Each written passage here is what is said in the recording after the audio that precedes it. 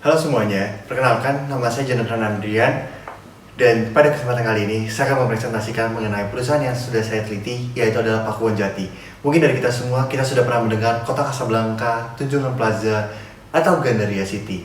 Ketika mall tersebut, mungkin kita tidak begitu mengenal siapa pemiliknya. Namun, sebetulnya pemiliknya adalah Pakuwon Jati. Pakuwon Jati adalah sebuah perusahaan yang didirikan pada 20 September 1982, didirikan oleh Alexander Teja, dan hingga saat ini pemiliknya atau pendirinya masih merupakan bagian dari Pakuwon Jati sebagai komisaris. Pakuwon Jati adalah salah satu perusahaan properti terbesar di Indonesia. Mereka beroperasi di banyak kota di Indonesia.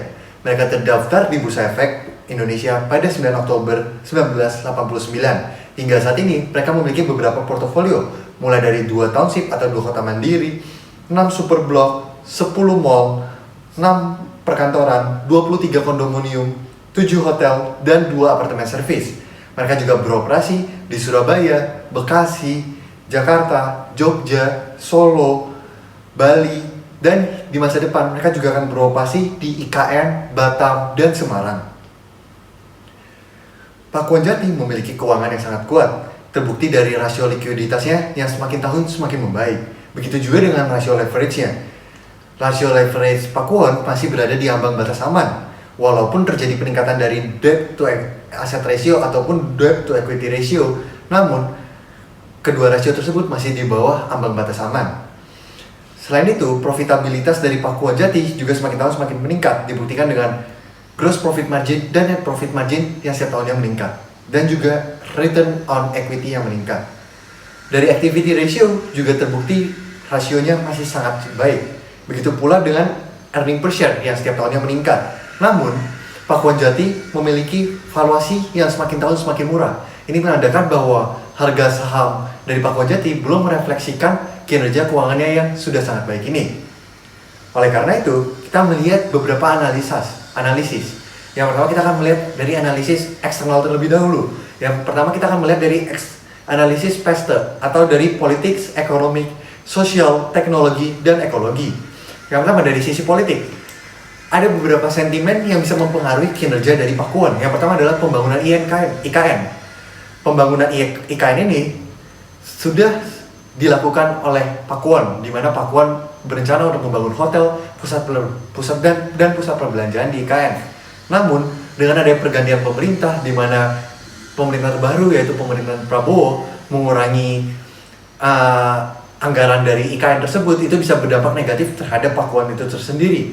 Selain itu, terdapat juga program pemerintah, yaitu adalah program 3 juta rumah. Program 3 juta rumah ini bisa berdampak positif ataupun negatif.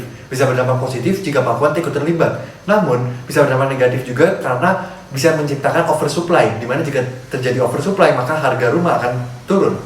Berikutnya kita akan melihat dari sisi ekonomi, di mana ada banyak sekali sentimen-sentimen yang bisa berdampak terhadap Pakuwon. Yang pertama adalah kenaikan harga properti residensial. Seperti yang kita ketahui, pada tahun 2024 ini, harga properti residensial mengalami kenaikan, sehingga ini memberikan ruang bagi Pakuwon untuk menaikkan harganya. Selain itu, suku bunga kompetitif bisa memberikan konsumen ruang untuk membeli properti. Karena suku bunga KPR yang murah, tentu akan memperingankan mereka dalam membeli properti. Selain itu, inflasi juga terkendali, yang bisa mengurangi biaya yang harus dikeluarkan oleh Pakuwon untuk membangun propertinya. Selain itu ada pembebasan PPN, itu juga menjadi insentif bagi Pakuwon. Karena pembebasan PPN sebesar 11%, itu tentunya sangat berdampak bagi daya beli masyarakat. Selain itu, rupiah yang terus melemah dan prospek ekonomi yang kurang baik tentu menjadi ancaman bagi Pakuwon. Berikutnya kita akan melihat dari sisi sosial. Dari sisi sosial, naiknya kesadaran masyarakat akan transportasi umum dan kesadaran masyarakat akan misalkan warga kebutuhan khusus, itu tentu menjadi ancaman bagi Pakuwon. Karena kenapa? Karena saat ini jika kita melihat properti yang dimiliki oleh Pakuwon, itu kurang mendukung dari segi transportasi umum ataupun dari segi warga yang difabel. Pakuwon seringkali mendapatkan kritik dari misalkan Twitter kalau kita lihat, di mana akses dari mall-mall Pakuwon itu sangat buruk. Sehingga aspek ini harus menjadi perhatian bagi Pakuwon. Selain itu kita juga melihat dari sisi teknologi, di mana perkembangan informasi, perkembangan teknologi, dan hadirnya e-commerce itu dapat menjadi ancaman, namun juga bisa menjadi peluang bagi Pakuwon, terlebih dengan ada pemasaran digital dan transaksi digital yang tentunya memudahkan konsumen. Berikutnya kita akan melihat dari sisi ekologi, di mana perubahan iklim dan banjir itu tentunya berdampak negatif bagi Pakuan. Namun untuk mengatasi hal ini, Pakuan sudah melakukan beberapa upaya. Yang pertama adalah mereka menciptakan ruang terbuka hijau. Selain itu mereka juga melakukan daur ulang limbah dan mereka melakukan efisiensi dalam penggunaan air. Berikutnya kita akan melihat dari sisi Fortified Force, di mana kita mengidentifikasi ada 6. Di sini ada yang pertama threat of new entrants, di mana kita mengidentifikasi bahwa threat of new entrants ini cukup besar. Karena kenapa? Karena banyak perusahaan asing ataupun perusahaan konglomerasi yang baru masuk ke industri properti. Tentu ini bisa menjadi pesaing bagi Pakuan karena mereka memiliki modal yang cukup besar. Selain itu dari produk pengganti, kita tidak melihat produk pengganti sebagai suatu ancaman di sini bagi Pakuan. Namun ada satu segmen properti yang bisa menjadi ancaman, yaitu adalah mall, di mana hadirnya e-commerce itu bisa mengancam keberadaan mall walaupun tidak bisa mengganti secara keseluruhan. Selain itu kita juga mengidentifikasi adalah yang berikutnya adalah persaingan di antara perusahaan-perusahaan properti, di mana persaingan di antara perusahaan properti ini sudah sangat tinggi.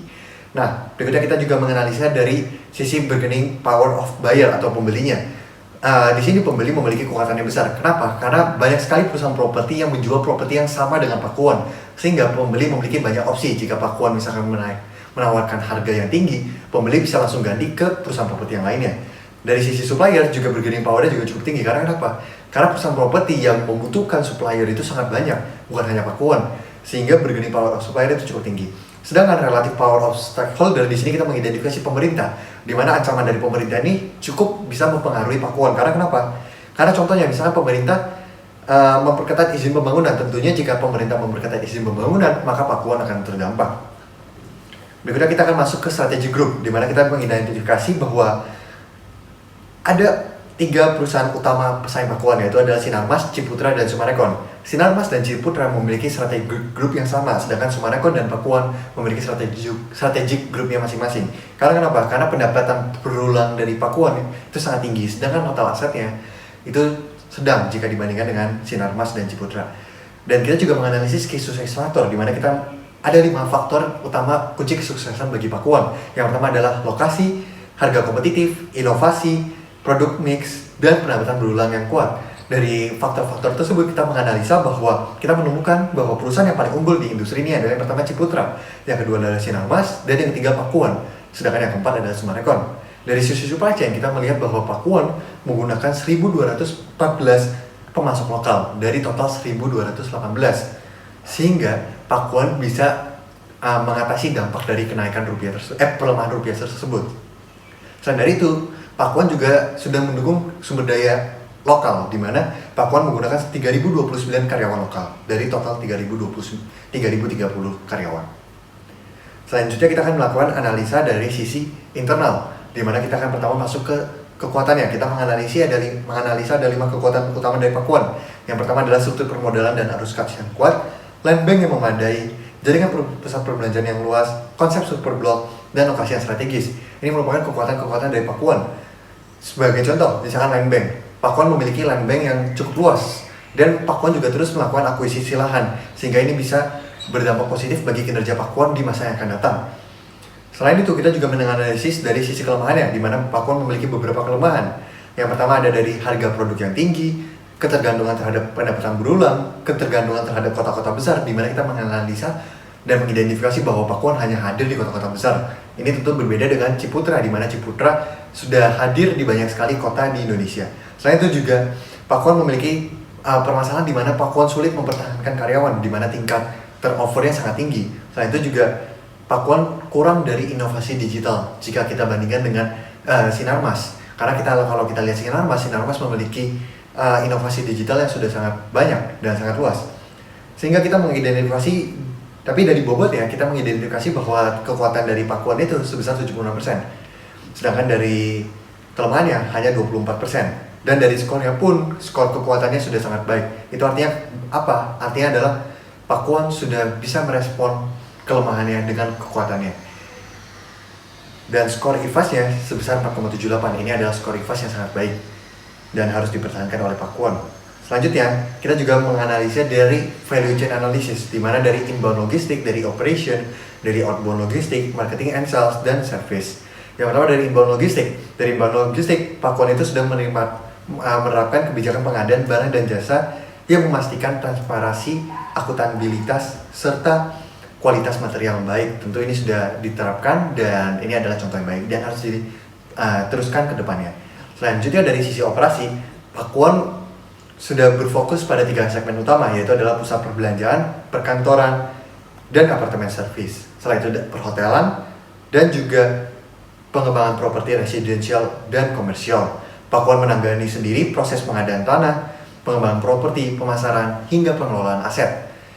Dari sisi outbound logistik, perusahaan ini menjual berbagai jenis properti seperti yang tadi segmen yang sudah dijelaskan.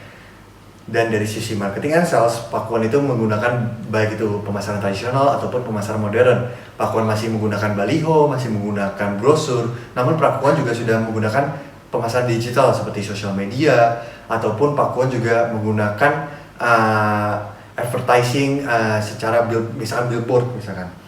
Selain itu Pakuwon juga mengadakan service di mana Pakuwon merupakan perusahaan properti menyediakan manajemen properti yang bertanggung jawab atas pemeliharaan dan pengelolaan gedung-gedung dari milik Pakuwon. Dari sisi procurement, Pakuwon melakukan proses pengadaan dilakukan secara berkala dan mengedepankan prinsip transparansi dan akuntabilitas. Dari sisi teknologi development, Pakuwon sudah menerapkan digitalisasi pengelolaan properti menggunakan teknologi terbaru, dan Pakuwon juga sudah melakukan efisiensi operasional dengan adanya perkembangan teknologi saat ini. Dari sisi human resource management, Pakuwon terus melakukan pelatihan dan pengembangan dan proses rekrutmen untuk memenuhi kebutuhan karyawannya. Dan dari sisi firm infrastructure, Pakuwon sudah memiliki banyak portofolio aset. Namun Pakuwon tidak puas sampai di situ karena Pakuwon terus melakukan ekspansi dan akuisisi untuk mengembangkan usahanya. Berikutnya kita menganalisis dari keseluruhannya, dari sisi internal dan eksternal di bagian konklusi ini, di mana kita mengidentifikasi di strength and weakness. Itu yang pertama adalah strength-nya ada struktur permodalan dan arus kas yang kuat dan landbank yang memadai. Sedangkan dari sisi weakness-nya itu ada ketergantungan terhadap pendapatan berulang dan harga produk yang tinggi.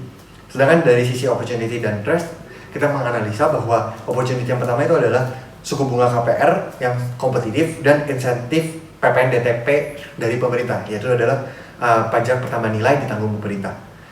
Selanjutnya kita juga menganalisa ada threat atau ancaman. Yang pertama adalah ancamannya perubahan kebijakan pemerintah dan bencana ekologis. Kita menganalisa juga dari sisi durasi yang bisa dilihat tabel di sini.